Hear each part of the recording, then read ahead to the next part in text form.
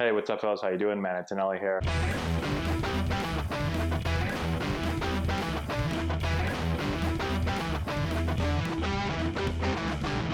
Hey, what's going on, guys? How we doing? Man, Antonelli here. Today, answering your questions. I've gotten a lot of questions about gloves and how to break in your glove. Okay, so I got a glove right here. This is actually, this is a really old glove. This is one of my first Nike gloves when I had a Nike contract. We've talked in the past about what happened with my Nike deal and how I got in trouble for switching over to Rawlings without being out of the deal. But anyways, this is back. Nike, I think, had just kind of started making gloves back then. And this is actually, I think, like the third glove they sent me. So they sent me a few that I really didn't like, and then I kept complaining, and then they were like, "Oh, we'll send you a better glove." And I was like, "Oh, thank you for sending me the not good glove at the beginning." And so, anyways, we'll use this one today. And so when it comes to breaking in gloves, here's the thing. I don't add anything to the glove. Like, I know when I was younger, it was where we used to, like, put a ball in it and wrap it with a rubber band and dunk it in water and, like, I don't know, you had all these crazy things. I don't do any of that right now.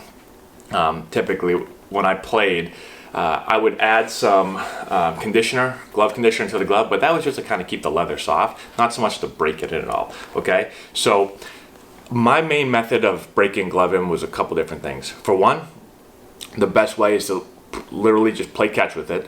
So I always have two gloves. I have my game glove, and then I have the glove I want to break in. And so I play catch and everything with the glove I wanted to break in, and then when the game started, I'd go back to my regular glove. And if you do that long enough, obviously, naturally, your glove starts to break in. Now, that's when you have a whole lot of time and when you have two gloves, okay? If you don't have two gloves and you get a new glove and you're like, man, I got to get this thing ready for the game, the two ways that I do it is, one, get on a pitching machine, just sit in a bucket or sit in a chair or something and just turn that thing up and boom, just catch a whole lot of balls. And again, you're gonna need some time to do that, but I always thought that just catching a ball was the best way to really break a glove in if you've got a little bit more time. Again, the pitching machine is when you don't have someone to throw with and you just wanna kind of get out there, whack, and just catch a ton of balls. All right, so if you can find a place for the pitching machine, if you own a pitching machine, it's a really good way. The other way is to use, when you get home, right, you get all this extra time at home, is to use a mallet or just the end of a bat. So if I take this right here, and what I'm gonna do is I'm just gonna hit this right here. I can do it a bunch of different ways, okay?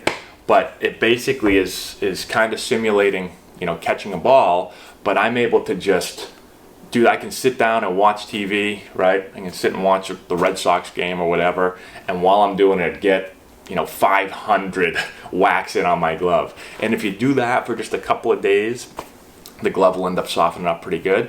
And so if you mix those two together, that's kind of how I used to do it. There were times, actually when I was in the major leagues, I got my glove stolen. I've told this story, I believe, before. Playing against the Rockies, I ended up hitting my first home run and had a couple hits after the game. I just kind of was about to leave, and they said, hey, they want to get you on TV for a quick interview. So I was like, okay. So I took my glove and I just put it on the bench.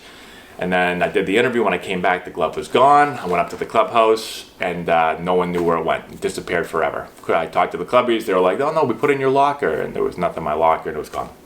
So I had to go home to the hotel and get my backup glove. And like that whole night, I had my mallet. And as far as mallets go, like I said, you can use an actual mallet. They used to actually make some for us that were, I guess, just for baseball gloves. But you can get any type of mallet. You can get... if you take your baseball bat and just go down towards the barrel and just use the barrel to do it, it's the same exact thing, okay? You can really use anything.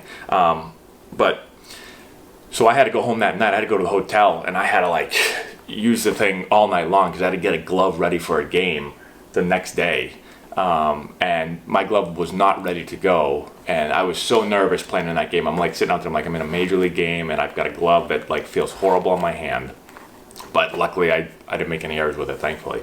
But those are the best ways for me to break in a glove. And again, they've got all these different things nowadays. And I always, maybe it's just me. I usually just try to stick with the pretty simple methods. But I've always found that these really help me. If you add too much stuff to your glove, for me, the glove starts to get a little heavy. And so that's why I just use a conditioner, but I don't go dunking my glove in anything. I don't use crazy oils and all this stuff.